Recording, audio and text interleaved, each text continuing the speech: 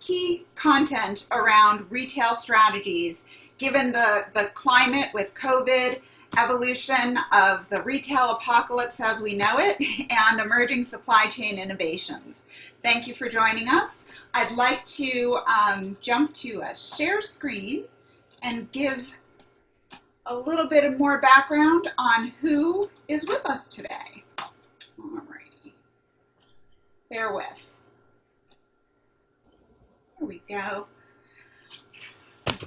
So today's topic is brick and mortar, what's next? We're going to be discussing commodity versus custom, in-store versus online, and essential versus discretionary. Our guests today are Bjorn Bengston, I hope I pronounced that correctly, and Heatha Herzog. Our two sponsors and hosts for the day are H&B, and they are experts in visual display for more than 30 years. They provide leading innovation and original concepts in fixture design. So if you need innovative fixturing, hit them up. Retail X Series. This is founded by Sapna Shah, and it started in 2017 as a monthly boot camp for early stage retail-related startups as they launch their businesses. It's since become a core innovation ecosystem partner for retail startups in New York City. And I am your host, moderator, and speaker today, Lisa Morales-Hellebo. I'm a VC, entrepreneur, and fashion tech catalyst. My topic du jour is going to be commodity versus custom. Next up, Heatha Herzog. She is a national retail expert, keynote speaker, analyst, retail industry truth teller, associate professor at Parsons, and all-around industry expert. Bjorn Bengston, Chief Merchandising Officer, Adjunct Professor at Parsons, and leading Untuckit's merchandising design, technical design, and production departments. Again, you have some amazing speakers with us today, but first up, I'm going to lead the topic of commodity versus custom. What does this mean? So I figured we should start by leveling the playing field. How do you define commodity? Well, the basic term of commodity refers to just that, being kind of basic. An economic good, such as a mass-produced, unspecialized product. So think of in fashion your basic tee. These are things that are a commodity that don't rely on brand, rely on price, and generally have smaller profit margins. So if you look at actually the industry data of what profit margins tend to be across fashion and retail, your average industry gross margin is around 51%. But if you're looking at commodities like Hanes brand or even Carter's and even Nike, which has brand value, but they tend to have a lot more athleisure compared to your more premium or luxury brands of Tapestry, Michael Kors, Ralph Lauren, their margins are much greater, and that's because of brand. When you elevate something beyond being a commodity. Commodities, however, are stuck in this volume, deep discount play that has led to this spiral.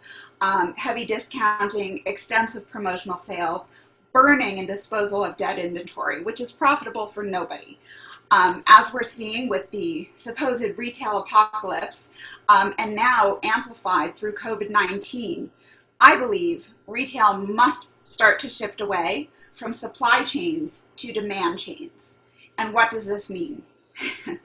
It means that instead of focusing on predicting supply, you are literally creating a more agile infrastructure to be able to focus on demand. So you're not overproducing. It allows you to measure, track, and neutralize environmental impact across the value chain. You can minimize an overstock and dead stock, create transparency, and safeguard against disasters and other disruptions. When entire continents can be on fire and pandemics are breaking out, you need to start rethinking your globalized supply chains. How do we define custom? Well, custom can be many things. It's generally referring to made according to a personalized order. So personalization and customization, people tend to think it's only for premium products. However, experiences in store are adding a whole other layer of value around what is custom. So you can have optimized supply chains even in store like Nike does to allow a consumer to walk in, customize and personalize their product and have it made on demand in store within an hour and a half. Now let's dive into personalization. Personalization and customization needs to be baked into the value chain instead of an afterthought or a gimmick. And what people have yet to really understand is that it drives impulse purchases, leads to increased revenue, fewer returns, and loyalty. And what do those numbers look like? 40% of US consumers purchase more expensive items than planned. 70% of in-store sales come from impulse purchases. How do you create further impulse? Make it something special. Yes, the returns are lower, and yes, they're generally lower because a lot of personalized brands don't accept returns. However, of the brands that do, they're still significantly below the industry standard. 44% of consumers will repeat after a personalized experience. So why are we not investing heavily into this optimized supply chain? Your new rules is really referring to that your supply chain is part of your customer experience. And I will leave you with this before I pass it over to my esteemed panelists. These are examples of personalization. It can be as simple as bedazzling existing stock products. This is over a $50 million business, Bow and Drape, just putting your own sparkly letters and emojis on t-shirts and sweatshirts and stuff. Or to as complex as in-store personalized experiences, so it remembers you and can make better recommendations. That is a luxury mandate. Or allowing you to really try on products before they're made to order for you in store. How do you try on something that doesn't exist? Augmented reality. Speaking of augmented reality, you can also have in-store experiences where you touch and feel the textiles that you'll be selecting and piecing together your collar type, your stitching, and see it in an augmented reality model before you hit purchase. And I love leaving with this because it's a mobile shop. When we think about brick and mortar, we have yet to really scratch the surface of what consumers are expecting. So we've been based on brick and mortar being sort of this fixed institution, and all the rules of that institution are being refashioned as we speak. When you can summon a mobile shop filled with things just for you on your phone like you do in Uber, everyone has to be rethinking their entire consumer experience. And that's it. With that, I will pass it over to, let's see, who's up next?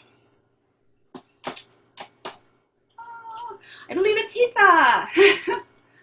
Hey everyone, thanks so much for having me. And I'm going to try to share my screen over here. All right, here we go. Lisa, thanks again for hosting. Thanks to everyone who is here right now listening to all of us. This is like a brave new world right now that we're doing this via Zoom. So pardon us for the weird technicals that are happening. Hold on, let me see if I can try and okay, here. I'm going to try to share my screen. Okay, here we go. Here we go. Can you guys see that? I'm assuming you guys can see that. Okay. Okay, and here we go. Oops. Okay. So we're going to talk about the great myth of disappearing brick and mortar. So I think when you've been hearing a lot in the news, and this is part of what I do too, you're constantly hearing talking heads saying, hey, retail is dead, brick and mortar as we know it is dead. It's actually not dead. If you think about how many people still go into brick and mortar stores to buy things, I mean, maybe not in the last 3 months, and we're going to talk about how much brick and mortar is going to change or has changed, and now will look completely different in the next couple quarters, and as we move past COVID-19 into potentially getting an antidote for this virus. But as we know it, brick and mortar isn't dead. retail, if you think about the percentage of people that are still going into stores, it's pretty high. So, anyway, but let's talk about some of what is happening in retail, which is the fragmentation of retail. So what we have right now with retail, it's a bifurcation, and I don't want to get too wonky with these terms, but bifurcation basically means the separation between where the retailers that are doing really well and the retailers that are basically falling off a cliff. So if you think about while we were all sheltering at home, what were we all going towards? You know, we were going towards the consumer products. We were looking at paper towels. We were looking at toothpaste, the things that we needed to shelter in place. What were we not looking at? Well, the very expensive handbags and maybe getting a new dress. I mean, if you think about it, I basically wear the same dress all the time when I'm doing Zoom. So if you see me in another Zoom, I'm wearing the same dress. It's because I haven't really bought any new dresses in a long time. So specialty retailers, those that do provide things like dresses, shoes, anything, any housewares, you're seeing from 2000, just in 2000 alone. And again, a lot of these retailers are hesitant to do a lot of forecasts going into the rest of 2020. But if you look at the earnings statements and what they have reported so far, we're seeing specialty retailers fall off a cliff. It's down 50.5% versus 2019. So you have also the 2019, we couldn't get the 2020 the statistics for CPGs, these retailers, but these statistics came from Oracle. The CPG retailers, these are the ones that are the essential retailers, the ones that provided your groceries, your paper, anything that you needed for your house. We saw an increase of demand there for about 35.4%. So this is one of the Oracle slides that I wanted to show you as well. You see how these CPG retailers had a little bit of a lower demand in April, but then you start seeing them come back up in May. As we get through, but as you see here, I'm like moving my cursor around. I'm wanting to show you what's going on, but I think you all can see it. As you are looking at these CPG retailers, at the end of February, you see them kind of tapering off and all of a sudden a huge spike up. That's because we were sheltering in place again. And look at, we're talking about demand. And of course, Lisa was talking about demand, the demand-driven supply chain, the demand-driven chain versus supply-driven chain. You are starting to see, to her point, demand is continuing to outpace supply even into May in categories. For example, toilet paper. I got to tell you, Kimberly Clark must be killing it right now in terms of the stock market, because that toilet paper still constantly is flying off those shelves. So, and again, these statistics are from Oracle. So that's where we got some of that data from. All right. So where are specialty retailers heading towards? You know, we have these CPG retailers that are doing seemingly just fine, but what about those specialty retailers? Well, they're losing market share. All right. We have, in 1990 to 2000, market share was up, 47.5 to 50%. But if you look at specialty retailers in 2019, that has dropped between 14 to 17% in 2019. So that is certainly, it's worrisome, especially if you're in that sector. I don't mean to be doom and gloom, but I mean, it's the reality. Well, what's changed? The economy has changed, okay? That's what's going on. We saw, potentially, again, I don't want to be hyperbolic, but it looks very much like a recession that was happening. In some cases, economists are saying we have been in a recession. So what has changed the economy? We had a nosedive again in March. It looks like we're in a V-shaped recovery, and I know that the Fed is going to be speaking at 2 p.m. to see if this party is going to continue to go on with more money being pumped into the system. But these economic forecasts don't look positive. Again, not to be doom and gloom, but the US GDP growth is projected to decline in 2020. And we're not just talking about US, but we're also talking about the global growth as well is starting to slow. All right, so there's one camp of economists that are saying that, and it's certainly true, but then you also have economists that are, and we're seeing the examples of this, a V-shaped recovery. So basically that means stock market's here, it takes a nosedive, and then it goes directly back up. And for all intents and purposes, demand is certainly coming back. We're seeing a lot of those furloughed employees come back, but you know, we also have this contraction of the GDP. It's one of those things that we have to reckon with, right? And that's the reality of it. So now what? What do retailers need to do, especially these retailers, these specialty retailers, okay? Is it really a question of brick and mortar versus online? Well, is it omni-channel? And this is a term that was coined by Terry Lundgren over at Macy's. That's always going to be the case. But as people are still going to be at home and kind of apprehensive to go outside, those retailers need to focus on social media, right? And we're not just talking about like maybe a post or two on Facebook or maybe, you know, a tweet here and there. But you want to focus in on Instagram, IGTV, Instagram stories, and TikTok. All right. You want to find more real life. Everything wants to be, it's all about real life. None of these fakey pictures on there. It doesn't resonate. We've had a very real experience here in this country with the pandemic. People want to relate to situations, people, places, things. You see what's happening in the world right now. People are getting real about race, just like all about full transparency, especially from the corporate side. And then, of course, you know, we still work in retail. So let's be as real as possible, but we got to stick to those really beautiful images as well. And of course, diversity in terms of content. It will be king and queen when it comes to that content. Okay, so if you are a wholesaler or a small business, you don't want to waste at this point money on marketing and marketing materials. You may already have a marketing budget, but there's no need at this point to spend more money into marketing when you can kind of do it bootstraps via social media. Make sure that you have a great online presence if you don't already have that.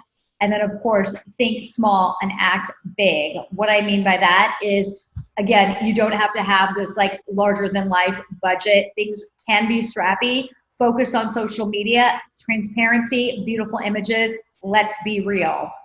Okay? And then, of course, specialty retailers, which what I just talked about can apply to all of specialty retailer, but in specific, you want to think about alternative retail spaces. So, of course, you may want to scale down.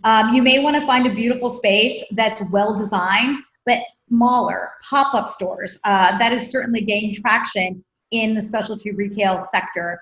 You want to focus on staffing, well-trained staff, smaller staff. Being able to train that staff, especially post-COVID, is the most essential because you want your customers to feel safe, especially in those brick and mortar your brick and mortar presence. And then again, I know I keep focusing on social commerce and the social media as well as online, but if you don't have that strategy, you need to have one immediately. It's not, again, and I want to end it with this point, it's not really brick and mortar is dead, those retailers are dead, but it's a real holistic omni-channel experience. So if you don't have that presence online, get it. And if you are just thinking, well, I'm not going to really focus on my standalone experience, that is a mistake too. You have to focus on all of that. And with that, I am going to toss it on over to Bjorn. Bjorn, take it away, my friend. Okay. Thank you very much, Ida. Thanks a lot for having me here. Thank you, H&B, for putting this together. I've been tasked to talk about essential versus discretionary. So let me share my screen here. So this term, I kind of had to contemplate a little bit what essential versus discretionary mean, because essential to me is maybe something like a survival pack or something.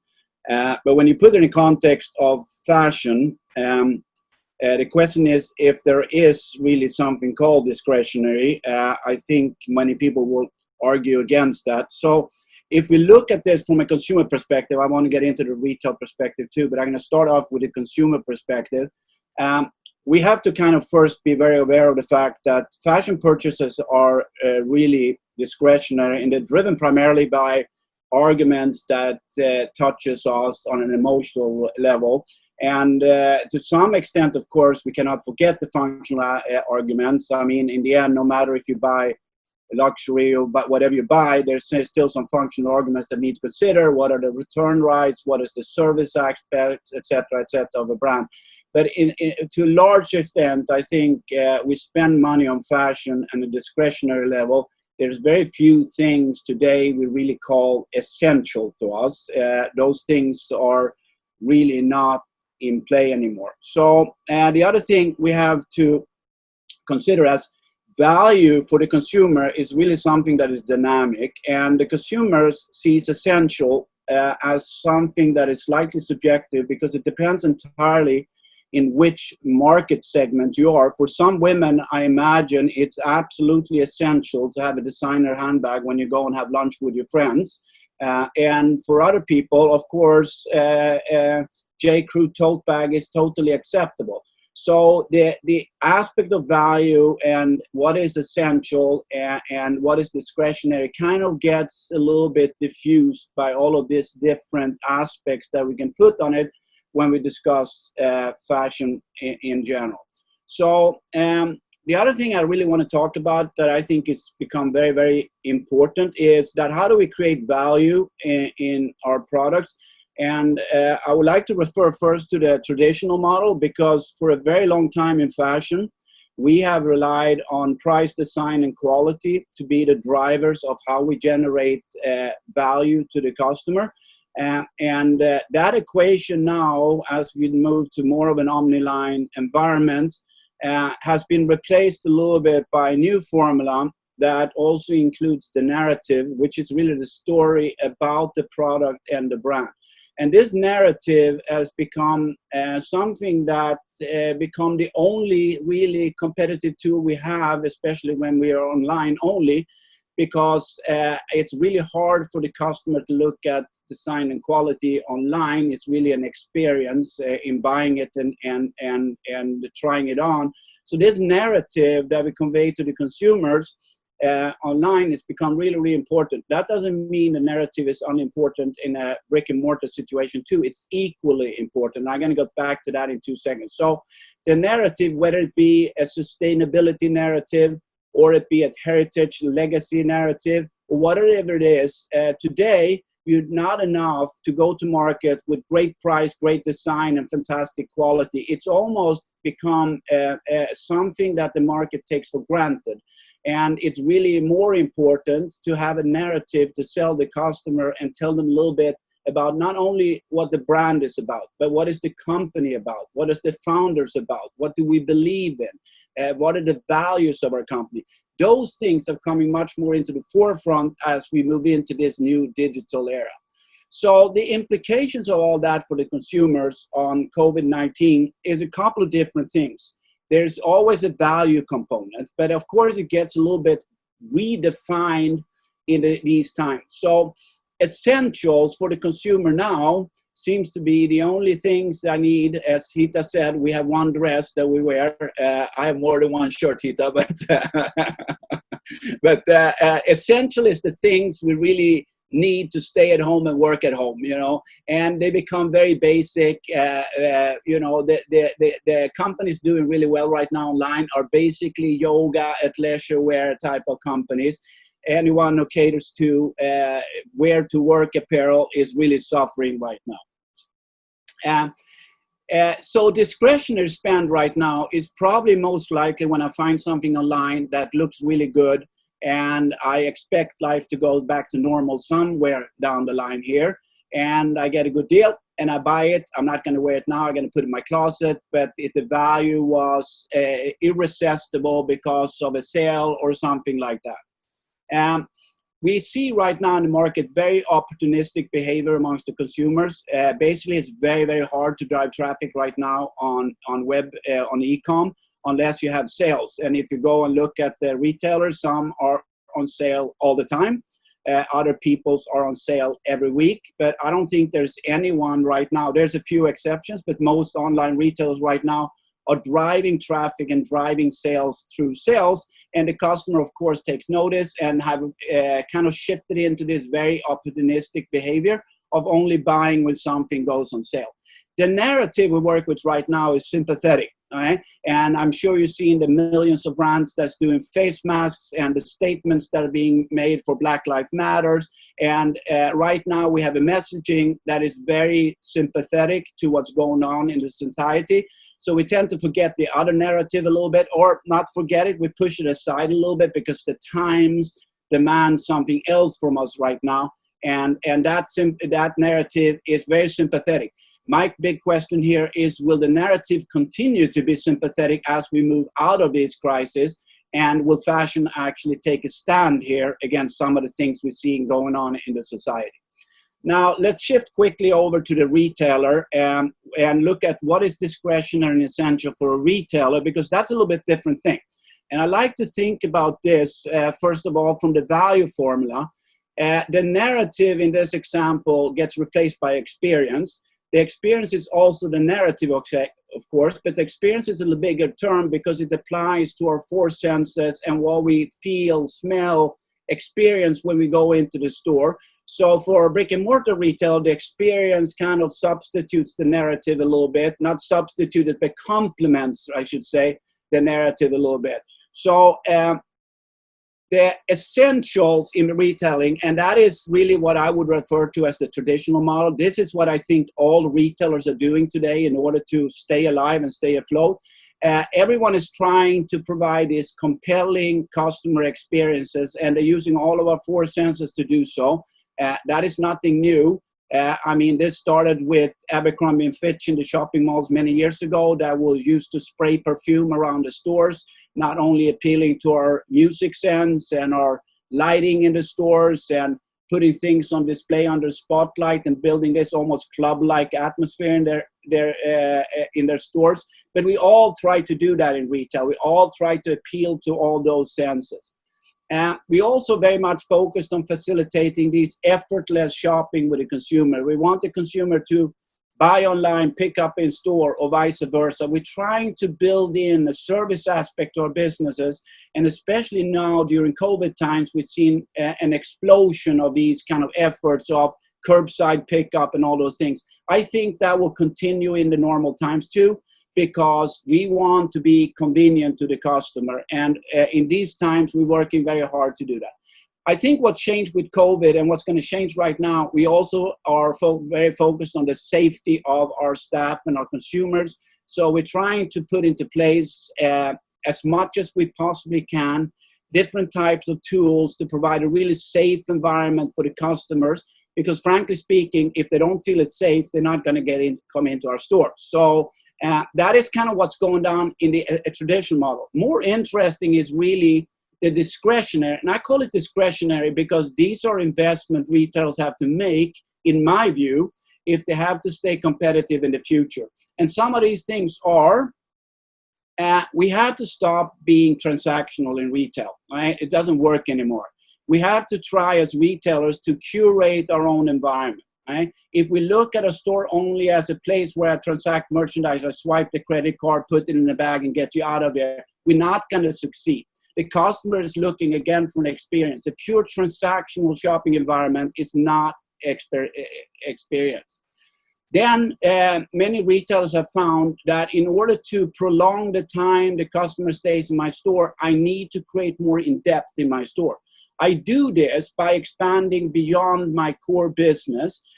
For instance, if I'm in yoga, where I should branch into other things, health, nutrition, books on these topics, etc. I need to broaden my product categories in order to provide the customer with a little bit more things to look at in my store. And it also gives me tools to communicate with my customer. They might not want to talk about the yoga plan, but they might very well have questions about this nutrition book or this yoga book, and that opens an opportunity for me as a store employee to start to talk and start a conversation. And when you start a conversation with a customer, you can make a sale, okay? So the other thing is everybody needs to define their own experience. For a very long time now, experience, in my view, has meant to put a cafe in the store. That's not an experience. That is a cafe, okay? If I want to have a cup of coffee, I can go to Starbucks next door. I don't need to sit down in your cafe. So if we look at all these things, what is an experience? That is not a universal answer to that question. That is a brand-specific question.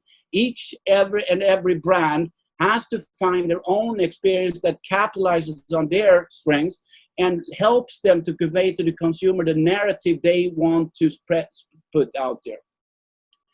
I also believe that fast fashion in particular would work towards a more modular setup to drive a faster and more frequent store merchandising. The fixed fixturing that we experience today, primarily in department stores and in many special stores, I don't think is going to work in the future. If we want to change our store environment, we have to rethink a little bit how we put up our fixturing in the store. If something in the back is selling really, really well, we need to pull it to the front without having to change units, etc. We need to be able to just roll things around. I see a lot of retailers can use this kind of more modular type of store setup and kind of re-merchandise the store in a much quicker and frequent manner in order to drive interest and also for the consumer to have a perception that things are changing here, there's new stuff going on, etc., etc. And what we have seen over at Nantucket is that we employed a software called Hero. And Hero is a software that allows all our store employees all around the country to become connected to our customer service. So now all of a sudden, we don't have all the customer service reps here in New York answering calls, but if the call comes from Dallas, a Dallas store employee is the customer service. That has been very, very effective for us because it's very easy for our store employees to service a local customer and say, listen, I don't have that size right now, but if you come back to me in the store on Friday, I will order it and I will get it for you. If you want to try it on, we have a totally safe environment here. You can come and try it on, etc. So we took all these 600, 700 store employees we have, and we just made them custom service representatives. I expect these kind of efforts to continue to grow, and this integration of main office and the boundaries between a retail operation and an online operation is going to start to meld together, and we're going to try to find more synergies between this department and explore the strengths we have in the companies. Hey, Bjorn? Yes? Okay, sorry, I hurry up here. We need to capture data. I think the new thing with COVID is that we need to globalize.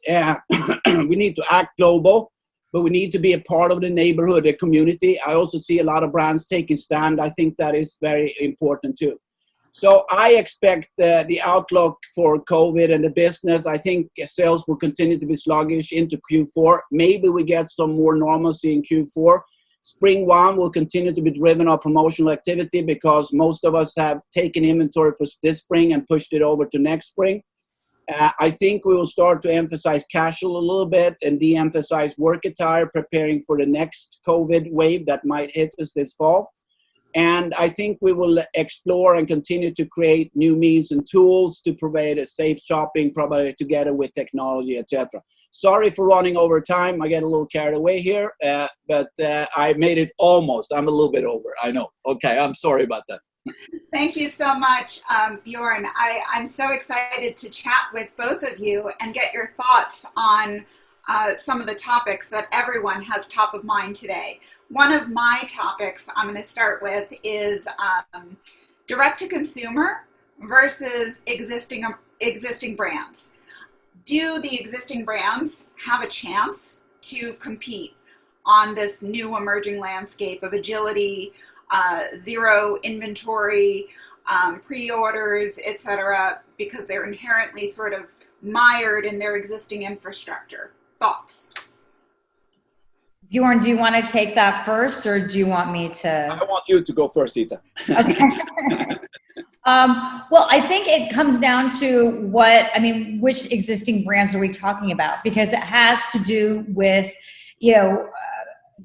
capital. I mean, it has to do with capital and infrastructure, right? So if the infrastructure is already there for the existing brands to pivot quickly, you know, if they have cash on the books where they can all of a sudden pivot and throw money into figuring out a system where they are like dependent on back inventory, or they can, you know, they can have a, you know, maybe not a warehouse, but, you know, maybe pare down on that product and directly sell to their customer without having that third party. You know, I think it really is about that agility. You know, with that said, I don't think a lot of brands have that. I don't think they're that nimble. You look, I always make this reference, but it seems to me like the department stores and like these giant brands, you know, we're here in New York City. It feels like they're the cruise ships that are constantly on the Hudson, which is right behind me, floating down the Hudson. They're slow, they're clunky, they can't seem to like move fast, and that's what needs to happen. So I think those brands that do have that ability to be nimble and move quickly and have cash on the books so they can invest specifically are the ones that are going to be able to shake out. And Bjorn? Yeah, I agree with Hita. Of course, the strongest guy is going to survive in this game. That's become obvious already. Already the weaker guys have filed for bankruptcy, and I expect to see a few more this fall coming through too. So capital is going to be important. If we talk a long-term future, I think you have to make a distinction between the legacy brands, which is your typical Ralph Lauren, Theory, all kind of brands, who has an omni-channel approach. They have their own stores, but they also sell retailers. Their disadvantage against DTC brands is, of course, the markup structure, that they have double markups and their price points is a little bit not competitive with direct-to-consumer. But I think those guys still stand a pretty good chance of surviving because they have their legs in, they have one foot in each camp kind of. So I think the problem is not so much there. I think the problem with U.S. retailing is primarily on the department store level, which I consider that business model broken and maybe even beyond repair. I think there's a lot of things that has to be reinvented when it comes to department store businesses. It's a long topic, and I don't want to go into it too deep here, but I think that you talked about digitizing the supply chain and all that. I think that the technological innovations, what we're looking at right now, has to come in that end of the business first, because I envision brand department store model going more into profit sharing and taking a mutual responsibility for the business with inventory, profit, and all those things. So that's going to require digitization of their supply chain. That's going to require transparency, etc. But I don't see any other way to save department stores because the formula is outdated. The younger generation is not interested in going to department stores. It's an outdated business model, and they cannot afford to fix that. They don't have enough money to fix it like they have to fix it. So they have to turn to collaboration with the brands. That's my very short opinion on the topic. Yeah, I couldn't agree more. I think collaboration is the future across the board, and specific to fashion, that's not in their DNA, Yeah, you know, especially exactly. for legacy brands. Yeah. So I have a question. Speaking of department stores and these stores, how do stores, brick and mortar, make the customer feel safe? And how expensive is it going to be? I mean, is it deemed as just sort of a capital expenditure cost in order to make sure that customer feels safe? And what kind of measures are they going through? I think I was looking at something today.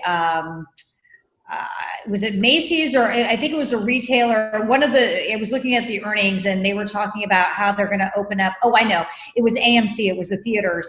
They were saying how they're going to open up across the globe in July completely for movies, but they're partnering with Clorox in order to make sure that those theaters are cleaned and cleaned heavily.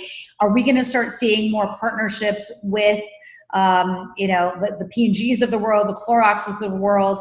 How do retailers make their customers feel safe? I don't think, to me, I will put it very bluntly here.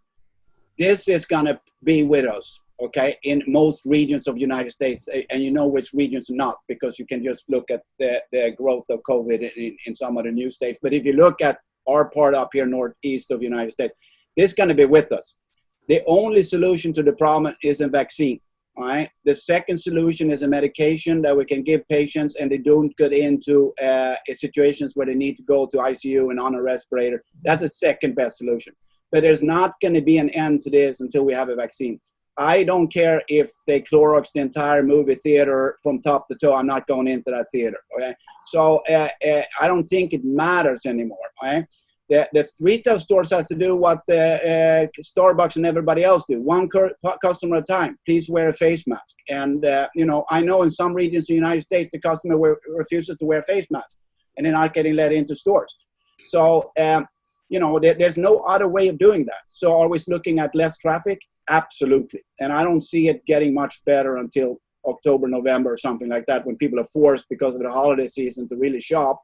But unless we have a vaccine, we're not going to return to normal. I think that's my personal opinion. Right? We're going to continue, but we're going to be very, very careful. Yeah. Have either of you looked heavily into how some of these new models for malls are being reinvented, like the betas, bulletins, story? There's companies like Shop Fulfill, they're anchor shops where they're deciding to reinvent retail by creating existing infrastructure, existing malls, and setting up sort of a shared collaborative model, retail as a service across a series of stores, sort of anchored by a new invention of what a department store could be. And it's all very agile, very low cost, low commitment, but profit sharing, etc. And smaller footprints, ability to have shared warehousing and distribution logistics back of house. So your footprint front of house can be smaller. I think we're seeing that anyway. I mean, as we see these anchor stores be essentially eliminated from the mall, what are they going to do with that space? And I mean, a lot of these anchor stores too, JCPenney is a great example of that. Of course, Sears, they're turning themselves into REITs right now. So their only way of being able to generate any sort of profit is by taking that real estate and cutting it up and repurposing that. So I think, to your point, sure, footprint is going to get smaller, but I think the footprint is going to look really different. You may have some retail square footage dedicated to retail, but I think it's also going to incorporate different aspects of the business as well. I think we're going to see entertainment. We're going to see, hair salons. Maybe these gigantic stores end up even being housing or, day surgery type surgery centers.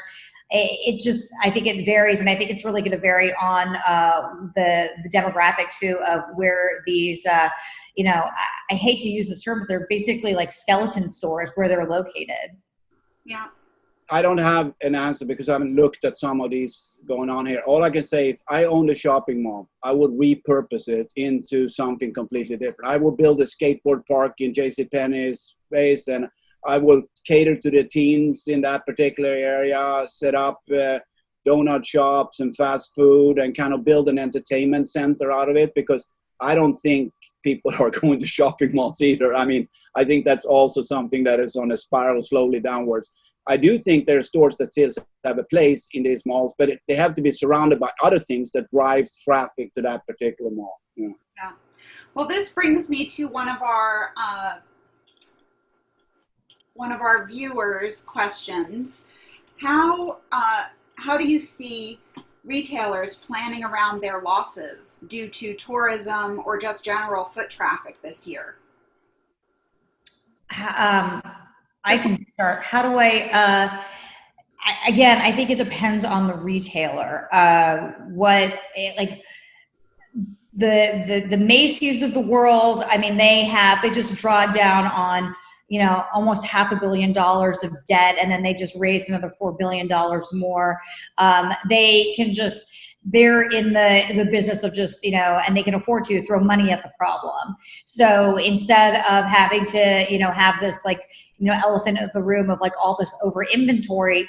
They can just, to your point in your slide, Lisa, get rid of the inventory somehow that was from winter, or now, the fall stuff is going to start coming in, pare it down a lot more so that, you'll probably see, again, to your point of your slides, more customization, less, but more valuable stuff in these stores and catering to these smaller crowds.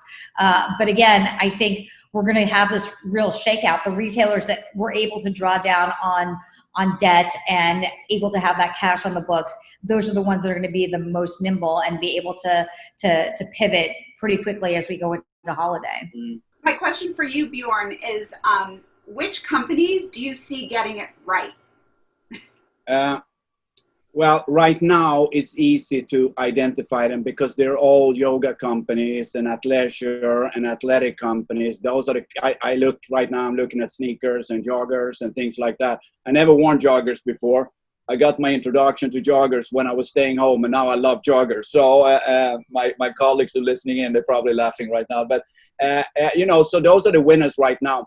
I think the winners in the future of retail will be people who are able to develop an infrastructure that is less costly than the existing infrastructure. And we do that by shifting responsibility over to our partners who produce our merchandise and make them more a part of our business. So we share expenses with them, but we also share profits with them. And I believe, just like you, I'm a big believer in on-demand manufacturing. I'm a big believer in that we have to digitize the supply chain. I think we just have to start to rethink the whole business model and how we make fashion. To put it very frankly, in the United States, I'm Swedish, and in Sweden, when I grew up, it's like 9 million people. We are taught from 5 years age that you have to work in the export industry because you have to work with the world. There's not enough in this country to support you. In the United States, we grew up with this. This is our market. We spend and we consume.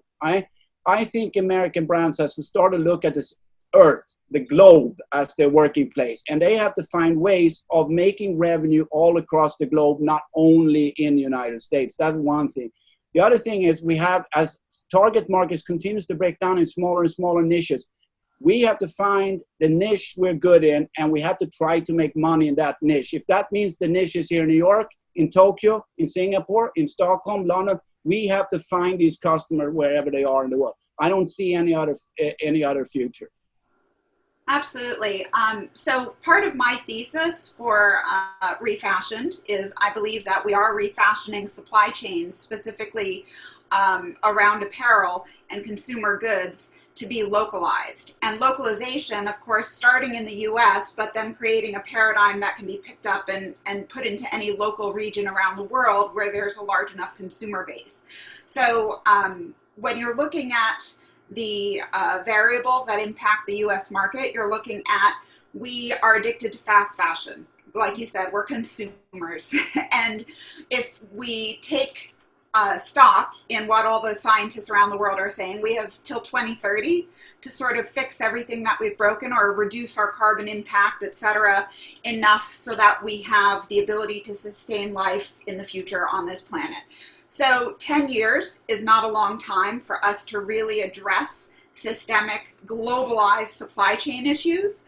I believe firmly we should start from the ground up and work within regional, localized supply chains that become collaborative, distributed, shared, and will allow you to have that transparency, visibility, and even circularity. The other thing that the US market excels at is producing 4 times the textile waste of any other country in the world.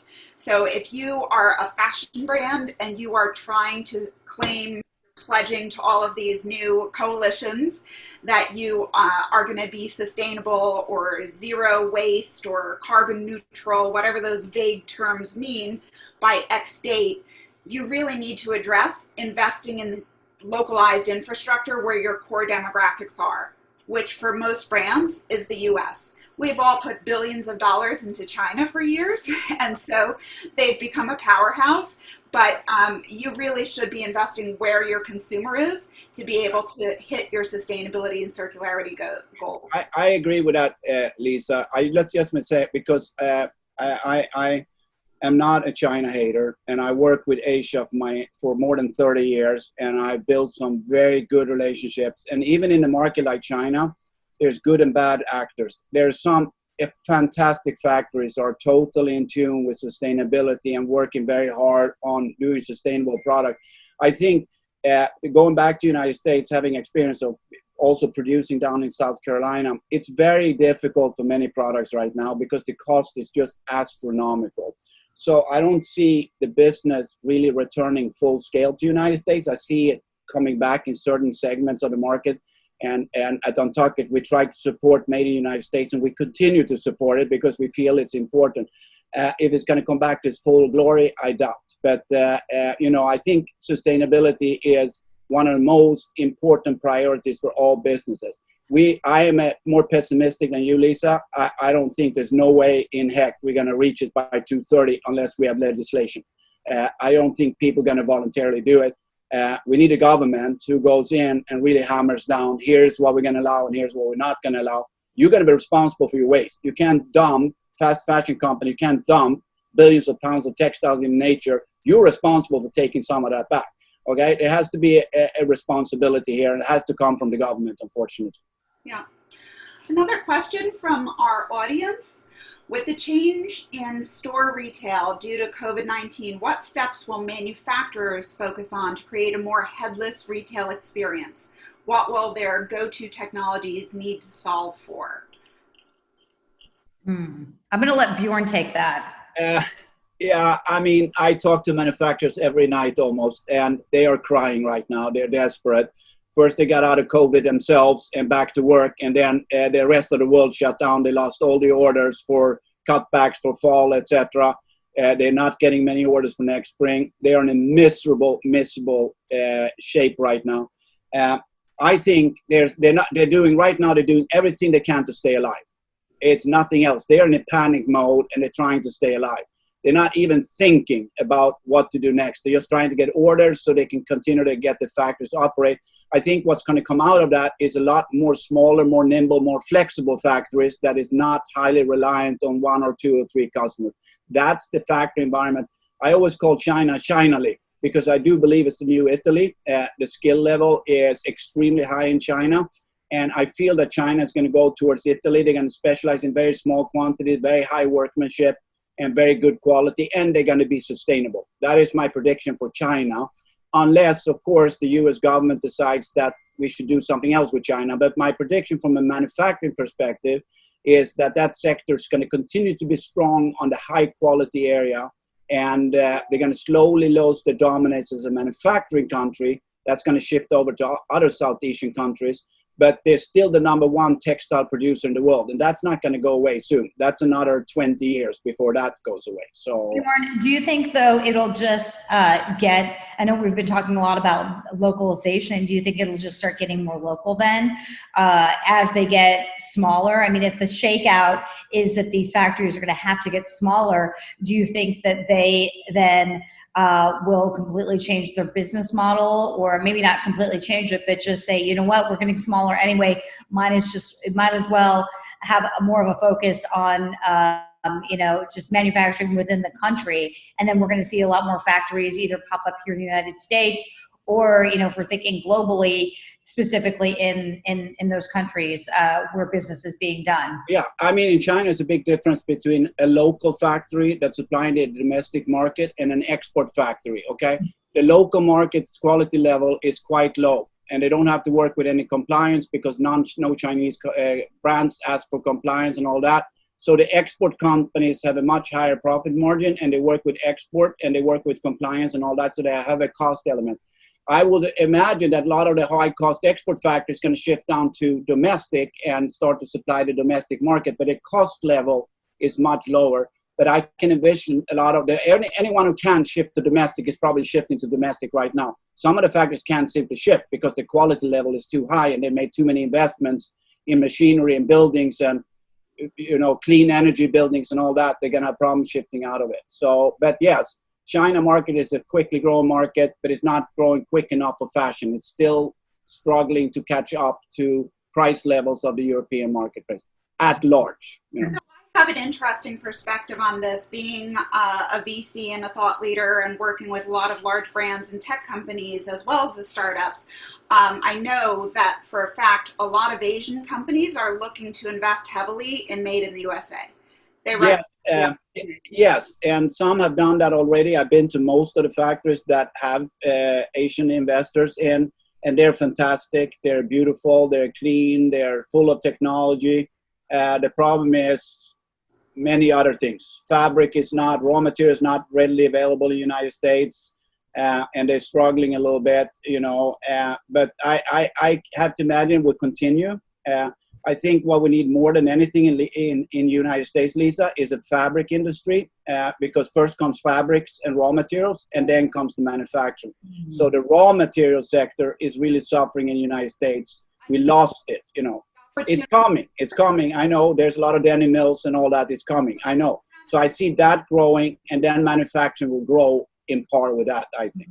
I think the opportunity for the U.S. is around leading the charge for circular textiles. Yeah. Companies like Evernew, we have 4 times the textile waste of anyone else in the world. Why are we shipping it overseas to be produced into new fibers and new textiles?